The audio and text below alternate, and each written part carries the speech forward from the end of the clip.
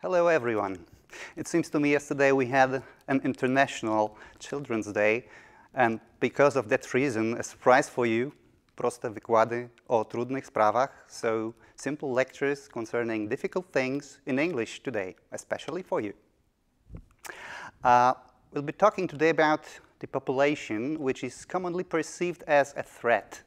Everyone is afraid of depopulation, while it is clear that it can be perceived as an opportunity both for regions and for cities, and this is what I'll be trying to prove today. First of all, let's pick up population increase as a starting point of our discussion. We are anxious about increase of population because it raises problems concerning alimentation, overpopulation, congestion of cities, providing education problems, etc., etc. Natural increase supported by immigration raises new problems because labor market gets congested more and more, so increasing rivalry on labor market can be observed, and we observe also some cultural-based conflicts. Let's pick up an opposite situation. So population decrease. It also raises anxieties. Why? Because when we lose population, when we are losing population, costs of social security rise, pensionary systems are about to break down, etc., etc. This is because of population decrease. It can be supported by decrease resulting from emigration. Emigration can raise additional problems because of deficit of labor force, etc., etc. These are the most basic reasons why we are anxious about population decrease as well. When we go back, say, 50 years or 50-something, we'll see the world, our planet, is hosting more or less 3 billion people and more than 2% yearly increase of population. That was horrible for people those days. They perceived the future of the Earth highly uncertain because of a number of reasons you can observe on the slide aside. We were expecting ecological disaster. We were approaching limits to growth. According to a number of publications, they told us a story about incoming disaster. They told a story about the Earth that would be overpopulated within 2 or 3 decades, no later than at the year of 2000. Now we have 2017, and nothing of that happened. 20 years later, so the 90s and on, we had 6 billion people. The increase was much slower, significantly slower, but that was still observed.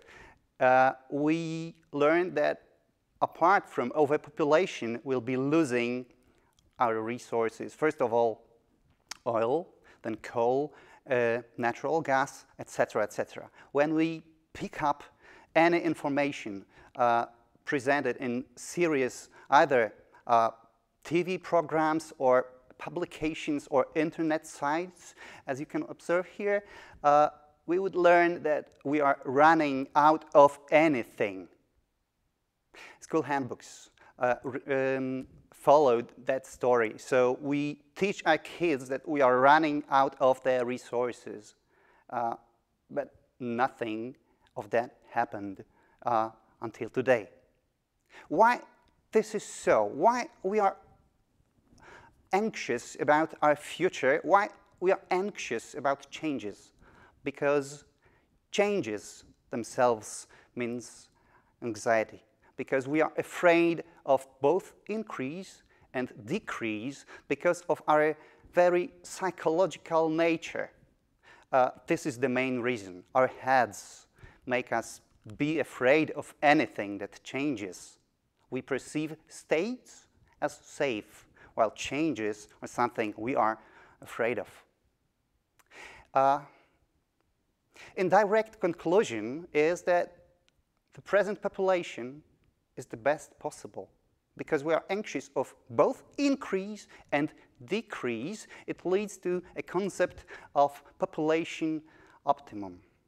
It has been compromised several times, but we still go that way.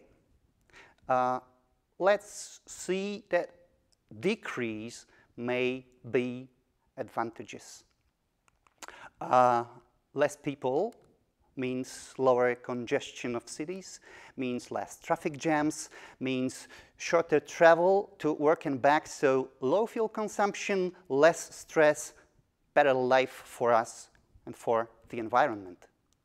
But still, we can see a number of socioeconomic advantages of depopulation. Less people means lower costs of apartments. Less people means shorter travel, less stress, so less heart attacks, better life, higher life comfort.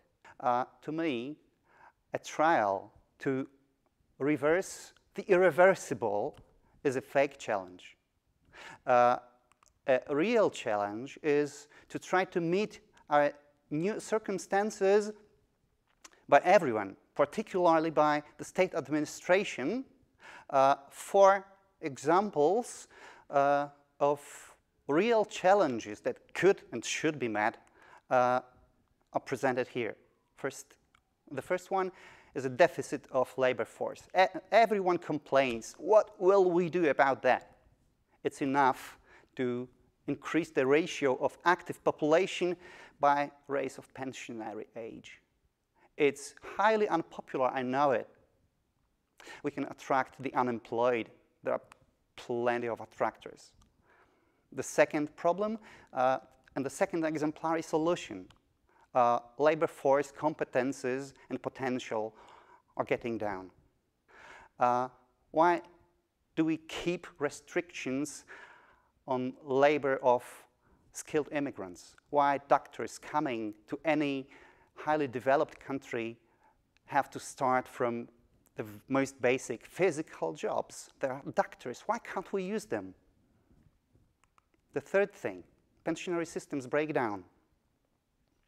Why don't we go the other way? Why can't I be responsible for my own pension instead of my state? It needs a fundamental change of concept of the system, but we need to change the way we think about different issues. Slower economic development, the fourth one. That's a tough thing. Why wouldn't we accept immigrants? We are afraid of them, I know. Let's think about immigrants from two perspectives. The first one is a perspective of emigration state, where outflow of people is perceived as something negative. Same people in the country of immigration, so inflow to another country is believed to have mostly negative consequences, while we are talking about exactly the same people. So two different interpretations in two different countries regarding same group of people. To conclude, there is no way back to former social structures. We'll never be as young as we used to be before. Instead of trying to work with fake challenges, so changing demographic rates, we should rather try to accept and adapt to new circumstances, especially, I'm thinking and talking especially about state administration. The last thing is that, according to me, solutions should be searched for not on demographic, but rather economic and social ground. Thank you very much.